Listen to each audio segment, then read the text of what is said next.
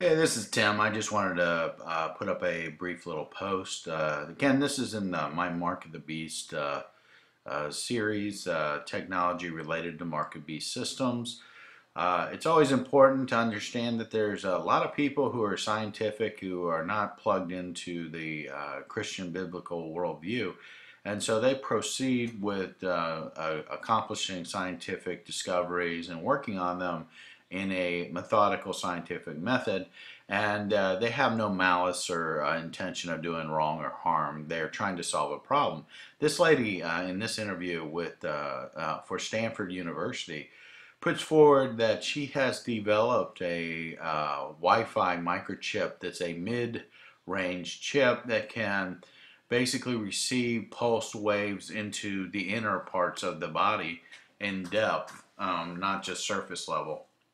And so this opens up a whole big arena of problems as far as what are going to be the consequences health-wise related to cancers and things like that.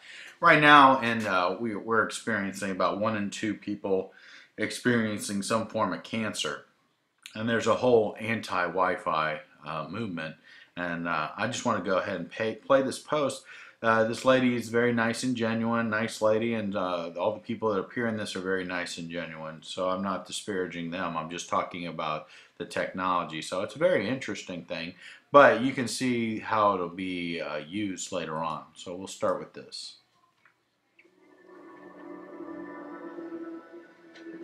Stanford University. Electronics can do remarkable things in the body. Examples are pacemaker and deep brain stimulators. But we need to make these devices as small as possible in order to implant them easily in the body. In current medical devices, battery is the largest part of an implant. To make the battery smaller and to extend its lifetime, we can power them wirelessly. Conventionally, electromagnetic power transfer operates in the near field to avoid the interaction with biological tissue. But power cannot reach small devices deep inside the body. As a researcher in wireless technologies, I'm very interested in knowing how electromagnetic fields interact with the biological tissue. And we discovered that there is a sweet spot in between the near field where electric toothbrush gets the power from, and the far field where we have the wireless communications. So we call this sweet spot the midfield. To implant medical electronics in the body, they need to be made as small as possible. Most devices are powered by batteries, which are very bulky. To eliminate them, inductively coupled coils have been used to wirelessly transfer power. However, the electromagnetic field decays quickly, requiring large receiving coils. Midfield wireless powering overcomes these problems. A flat structure interacts with tissue, inducing propagating waves that converge on a micro-device implanted deep in the body. A micro-implant consisting of a power-harvesting coil, integrated circuits, electrodes, and fixation structures, all packed into a device the size of a grain of rice, can now be implanted and safely powered almost anywhere in the body. With this power transfer method, we can miniaturize the last thing that makes medical devices so large, which is the battery, and make it about the size of a grain of rice. We can power it nearly anywhere in the body, including the heart or the brain. Using integrated circuit technology, we can stimulate nerves, put sensors inside the body, and even deliver drugs while keeping the device about the same size. The miniaturized device could be placed directly at a nerve bundle. It could be programmed to stimulate or sense electrical signals passing along the nerve. These tiny wireless devices could treat a broad range of diseases such as Parkinson's, depression, epilepsy, heart failure, and chronic pain. Midfield wireless powering may open new avenues for electronic medicines that restore or augment physiological functions with lower risk, less side effects, and greater therapeutic benefits.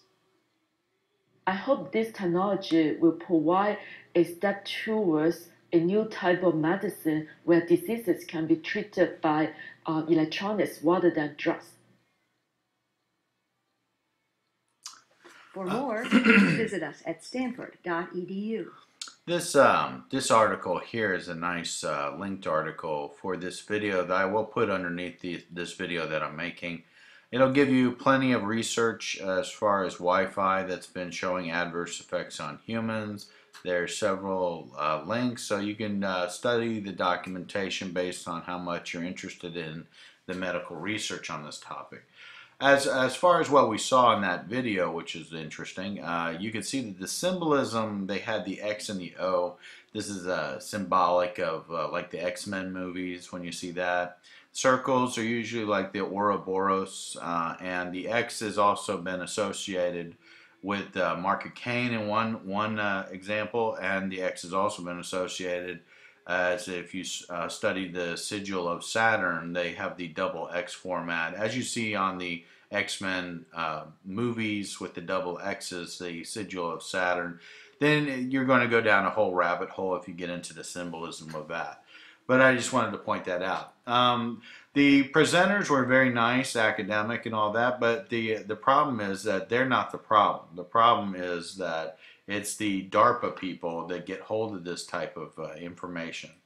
And here we have the DARPA folks, and they're going to talk exactly about what they're going to misapply this technology that this lady is using. And here's an example. A lot of people have seen this video, but this portion of the video specifically relates to what she was just talking about. And you're going to see that, of course, DARPA has plans to misapply it. DARPA always is misapplying technology. So here we go. They would certainly want some kind of cool design. Options. And that's something that you wear, but you could also imagine including authentication in just your daily habits. So I take a vitamin every morning. What if I could take vitamin authentication? What? Vitamin authentication. Look, I have one right here. Well, here, I'll let you hold it. Would you like to hold it? I'll hold it. Okay. So this, you guys see it? This pill has a small chip inside of it with a switch. It also has what amounts to an inside-out potato battery. When you swallow it, the acids in your stomach serve as the electrolyte, and they power it up, and the switch goes on and off. And it creates an 18-bit ECG-like signal in your body, and essentially your entire body becomes your authentication token. Yes, this is true. Okay, but the point, of course, to all this is why. I don't want it in me. You don't want it in you. She wants it in us. They want it in us. Them sitting there in their little red Star Trek chairs trying to play super cool sci-fi. But, of course, we know that it's going to be misused. Your authentication can be turned off when you no longer want to follow the New World Order. And then your bank account, you won't have access to it. And you don't exist, so you just end up dying. Because other people will be restricted from helping you with their resources because everything can be tracked. And if they see that your cousin is sending you food after your authentication chip has been turned off, then they'll say, oh, you're helping out an enemy of the New World Order, therefore we're turning your chip off. So, you know, this is going to be abused and used, and so I just wanted to show you that the Wi-Fi technology is there for the implanting of the RFID chips. Not a bunch of cuckoos that are talking about RFID chips. All these people are talking about RFID chips. This is the same technique that was used when the people were talking about Bilderberg a long time ago. They said, Bilder what? No, there's no such thing as Bilderberg. And all of a sudden they readily admit it now because it's been going on for 25 years about this Bilderberg thing. And now they admit that Bilderberg is happening. I believe it's in Brussels this year. But the point is that these people can't be trusted. People like Barack Obama, do they keep their promises? No. Do any of these people in government keep their promises? No. They have an agenda, and we're not part of it. And this is part of their tracking the herd, tracking the cows, monitoring the population. So we don't have to participate in this, and we shouldn't participate in it whatsoever. The folks who take the mark of the beast that's talked about in the Bible in Revelation 13 will be be eternally damned. So this RFID technology is the step towards that, and it will be used as part of the mark of the beast, of course. So just wanted to put that out for you today.